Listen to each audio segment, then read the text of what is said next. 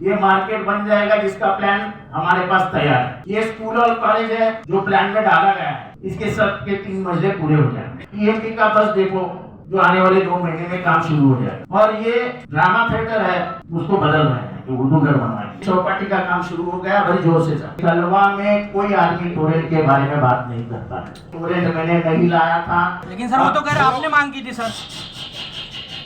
उसने ये नहीं कहा कि आपने मांग की थी, उसने ये कहा 20 मार्च में तो 22 मार्च को फिर से एक प्रेस कॉन्फ्रेंस लूंगा और स्लॉटर हाउस कहाँ बनने वाला है इसकी एग्जैक्ट जगह बताऊं।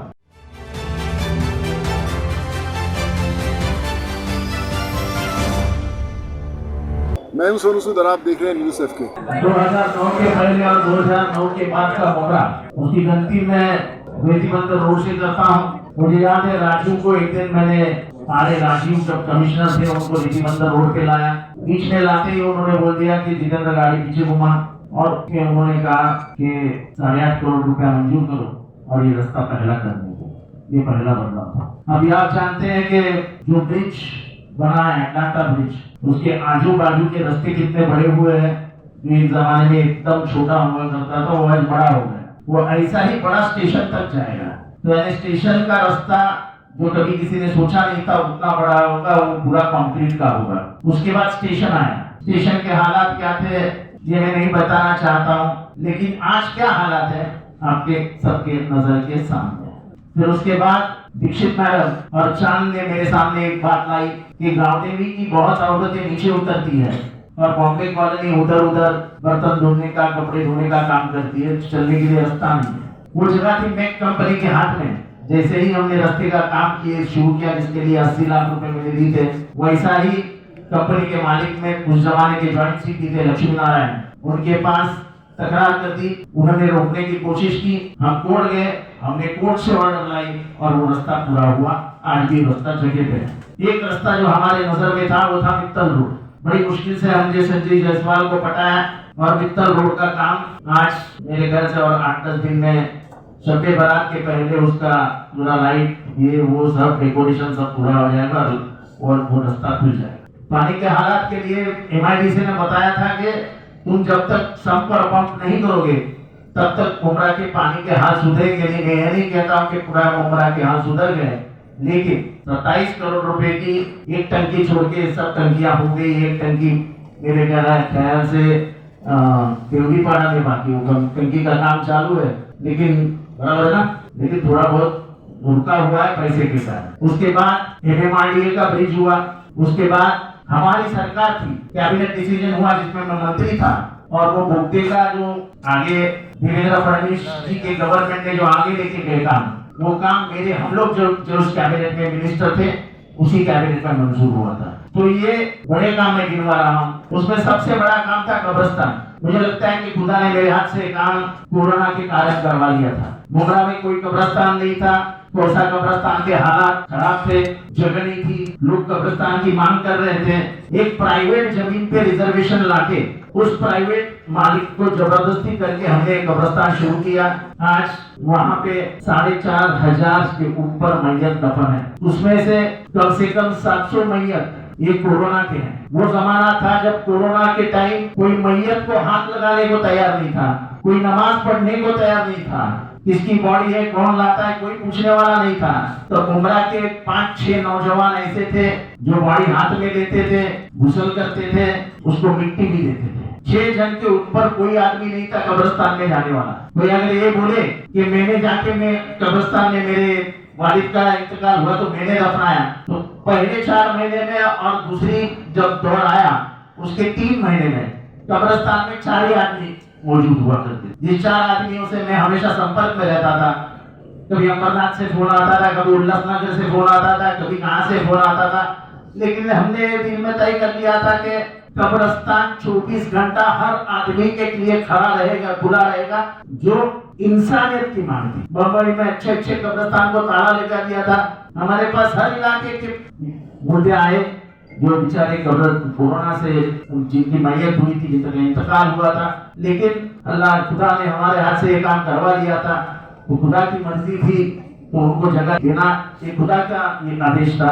वैसा हुआ, उनको जगह देके जब सभी ने उनको इनकार कर दिया तो हमने वो जगह देके पूरी कर। अब लोगों को ये भी मालूम है कि लाइब्रेरी कहाँ बन रही है, लेकिन बोलते लाइब्रेरी बनती ही नहीं है, बनी नहीं रही है। आपको अगर टाइम हो कल परसों तो मैं आपको जगह बता दूंगा जहाँ लाइब्रेरी का काम जोरों से चालू है। अभी कुछ रोज में ये रास्ता शुरू हो जाएगा। ये रास्ता निकलेगा, ये आई लव कौसा के बाजू से लेफ्ट में जाता है नादुल फला की तरफ, नादुल फला से एक रास्ता निकलेगा, वो जाएगा वाई जंक्शन की तरफ। ये प्रयास इसके लिए है ताकि मेन रोड का ट्रैफिक कम हो जाए। ये अभी तक के काम मैंने गिनवा दिए। अब म्युनिसिपैलिटी की एक पॉलिसी है जिसको बोलते हैं अकोमोडेशन रिजर्वेशन। उस अकोमोडेशन रिजर्वेशन में कोई हाथ नहीं डालता है, क्योंकि जो रिजर्वेशन है वो बांध के देना पड़ता है। तो ऐसे हमारे पास 5-6 रिजर्वेशन है बड़े बड़े, जो बांध के देने पड़ेंगे म्युनिसिपैलिटी को, और उसके बदले में उनको बिल्डिंग के बांधेंगे। ये पूरा प्रोजेक्ट पास हो चुका है। आने वाले 2 महीने में ये मार्केट बन जाएगा, जिसका प्लान हमारे पास तैयार है और इसका अप्रूवल आ गया है। ये स्कूल और कॉलेज है जो प्लान में डाला गया है। ये 2024 के पहले इसके सब के 3 मंजिले पूरे हो जाएंगे। पीएमपी का बस देखो जो आने वाले 2 महीने में काम शुरू हो जाएगा। और ये ड्रामा थिएटर है, पर हम उसको उर्दू घर में उसको बदल रहे हैं, जो उर्दू घर बनवाएंगे। ये चारों काम अंडर एआर पॉलिसी किए जाएंगे, जिसके प्लान पास करके हमने हमारे पास लिए। रही स्लॉटर हाउस की बात, तो 20 मार्च में तो 22 मार्च को फिर से एक प्रेस कॉन्फ्रेंस लूंगा और स्लॉटर हाउस कहाँ बनने वाला है इसकी एग्जैक्ट जगह बताऊं। मेरे पास प्लान है, सब है, लेकिन उसमें कुछ फॉरेन कंपनियों से हम बात कर रहे हैं। वो बात हमारी अगर सक्सेसफुल होती है तभी हम जाके वो प्लान आपको बताएंगे, तब तक हम रुके रहेंगे। लेकिन इतनी बात मैं आपके द्वारा मुंब्रा के सभी जनता को बताना चाहता हूँ, मुंब्रा कुमसा शील फाटा, कि भाई स्लॉटर हाउस आने वाले 2024 के पहले, यही नहीं मेरे ख्याल से 2023 फरवरी में, हम 2024 जनवरी तक स्लॉटर हाउस पूरा कर डालें। उसके बाद मुंब्रा में देखा जाता है कि गरीबों को शादी करने में दिक्कत होती है, तो हम एक जगह पे आने वाले महीने भर में नारियल फूटने का काम हो जाएगा, फिर उड़ जाएगा। लाइब्रेरी उठ रही है, वो बड़ा हॉल उड़ जाएगा, ग्राउंड +1 का हॉल बनेगा, कम से कम 1000 लोग वहाँ पे बैठ सकेंगे। तो स्कूलों को भी जब तकलीफ होती है कि अपनी गैदरिंग कहाँ करें, अपने वार्षिक सम्मेलन है वो कहाँ करें, कुछ जांच जमात रहती है कि उनको भी जगह लगती है, हॉल लगता है, वो ऐसा हॉल मुंब्रा के सबसे अच्छे जगह पे हम लेके आ रहे हैं। फाइनल कॉल आ गया है। हॉस्पिटल जो लोग चिल्ला रहे हैं कि प्राइवेट हो रहा है, प्राइवेट हो रहा है, प्राइवेट हो रहा है, मैं उनको बताता हूँ कि एक कैशलेस हॉस्पिटल है। भारत सरकार की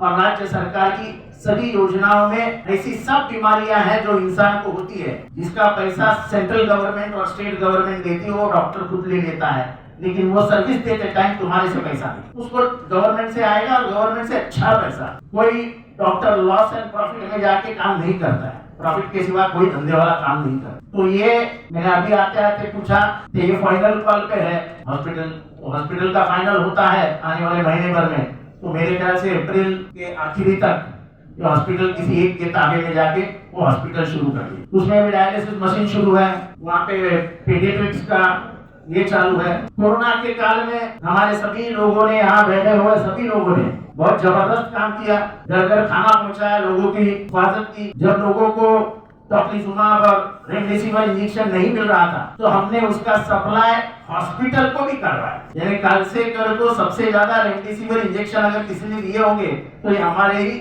लोगों ने वहाँ पे सप्लाई कर दी। ऐसे ही नहीं तो लोगों के बॉम्बे कॉलोनी में जूनियर मच्छी वाला रहता था, जो जरा हमारा सबका ही दोस्त था, उसको जब इंजेक्शन लगा तब उसको कहीं नहीं मिला, टोक्लीजुमाब भी नहीं मिला और रेमडेसिविर भी नहीं मिला। मैंने मेरे घर से फ्रिज से निकाल के उसको 8 रेमडेसिविर दिए और 2 टोक्लीजुमाब दिया, तो बेचारा लेकिन नहीं बच सका। लेकिन ऐसे कई लोगों को हमने रेमडेसिविर और टोक्लीजुमाब जो 40,000 का इंजेक्शन था ऐसे ही दे दिए। पूरा से आए थे हमारे पास, खुदा की मर्जी थी, हमने बांट दी। हमने सभी ने मिलकर प्रयास करके 18 करोड़ रुपए का कोरोना का अस्पताल इधर लाया था। 18 करोड़ रुपया खर्चा था। उसके जो वेंटिलेटर्स थे वो इम्पोर्टेड थे, फ्रांस से लाए थे, जो किसी भी हॉस्पिटल में ठाना में नहीं। हमारे पास आईसीयू था, हमारे पास कम से कम 100 वेंटिलेटर्स मिलते नहीं थे।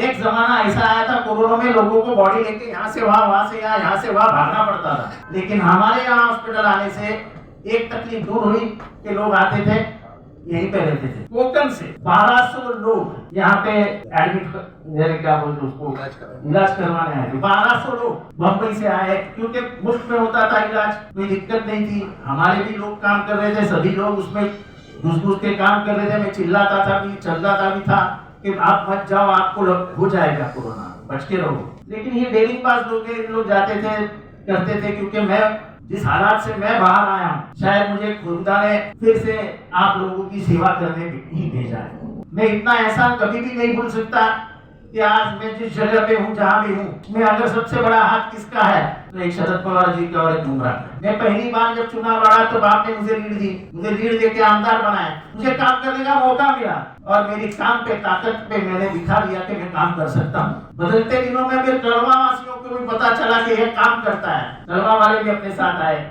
आज मैं ये कह सकता हूँ कि मुमरा और कलवा साथ साथ में चल। कलवा में एक भी सोसाइटी ऐसी नहीं जहाँ कंक्रीटीकरण नहीं हुआ है। आपके जो जहन में था एक अच्छी चीज हमारे यहाँ बननी चाहिए, जाके हमारे बच्चे भूल सके, तो आप जाके देख सकते हैं कि चौपाटी का काम शुरू हो गया, बड़ी जोर से चल। अब ये सवाल आप पूछेंगे कि आप ये कैसा कह सकते कि आपने किया? मैं नहीं कहता हूँ, मैंने सोचना ये बड़ी बात होती है। ये 2009 के बाद 2014 का मेरा किताब देखो, उस 2014 के किताब में चौपाटी का मैंने उल्लेख कर दिया कि चौपाटी बन गया। वहाँ पे जोशी मैडम करके मैडम थी कलेक्टर, जब से बात की उसको ये पसंद आया। उसके पहले जो कलेक्टर था उनका नाम भूल गया मैं, जराड़ ने बोला मेरे को, मैं करता हूँ, लेकिन गणेश नाइक ने उसको रोक दिया तो वो कर नहीं पाया। लेकिन मनीष, ये जोशी मैडम ऐसी थी तो किसी की सुनती नहीं थी। उसने हाईकोर्ट गई और हाईकोर्ट से ये ऑर्डर लेके आई कि ये जमीन के ऊपर अतिक्रमण हुआ है, कोई इसके ऊपर नहीं रह सकता है। और उसने निकालने के पहले ही खेल हुआ।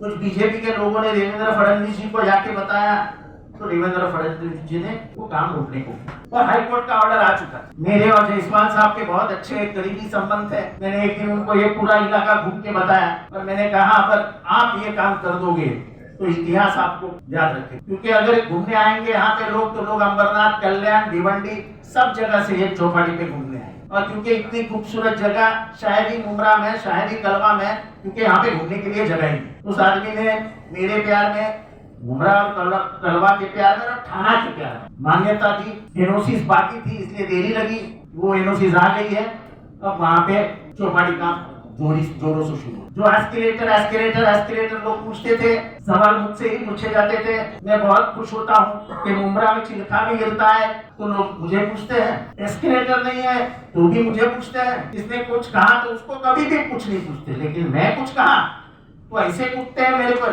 कि नहीं समझ नहीं पाता कि हुआ क्या। ये सब काम मैंने आपको दिखाए हैं और मैंने जितने काम किए हैं गिन के दिखाए हैं। मैं कोई क्रेडिट लेने वाली बात नहीं बताता हूँ, मैं सिर्फ इतना कहता हूँ कि नजर के सामने लाइए 2009 के पहले का मुमरा और नजर पर लाइए 2009 के बाद का मुमरा। आप 2009 के पहले क्यों ऐसे रास्ते नहीं बना पाए थे और 2009 के बाद क्यों ऐसे रास्ते बने? 2009 के पहले क्यों स्टेशन नहीं सुधरा, 2009 के बाद स्टेशन क्यों सुधरा? 2009 के पहले क्यों रेजिमेंटल रोड बड़ा नहीं हुआ और 2009 के बाद वो बड़ा क्यों हुआ? 2009 के बाद मित्तल रोड क्यों आया, वो पहले क्यों नहीं आया? आप देखिए, टोरेंट पे बहस हो सकती है, मैं भी टोरेंट पे खुश नहीं हूँ, लेकिन ग्रेजुएशन का परसेंटेज निकालिए। मुमरा में लाइट अच्छी होने के बाद शायद आपको मालूम नहीं 32 डॉक्टर हुए, 32 डॉक्टर MBBS। जो मैंने परसों क्लिनिक खोला उसमें वो निजाम भाई थे, निजाम भाई उसके पार्टनर है निजाम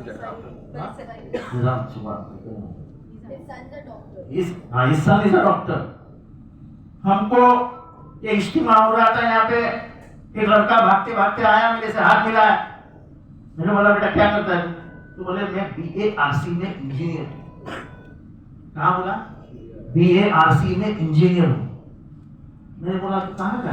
तो बोले मैं मुमरा में रहता हूँ साहब। पर इतना ही है कि मैं बाहर घूमता फिरता नहीं हूँ, कि मेरी बहुत सेंसिटिव पोस्टिंग है, मुझे लफड़े झमेले में नहीं आना।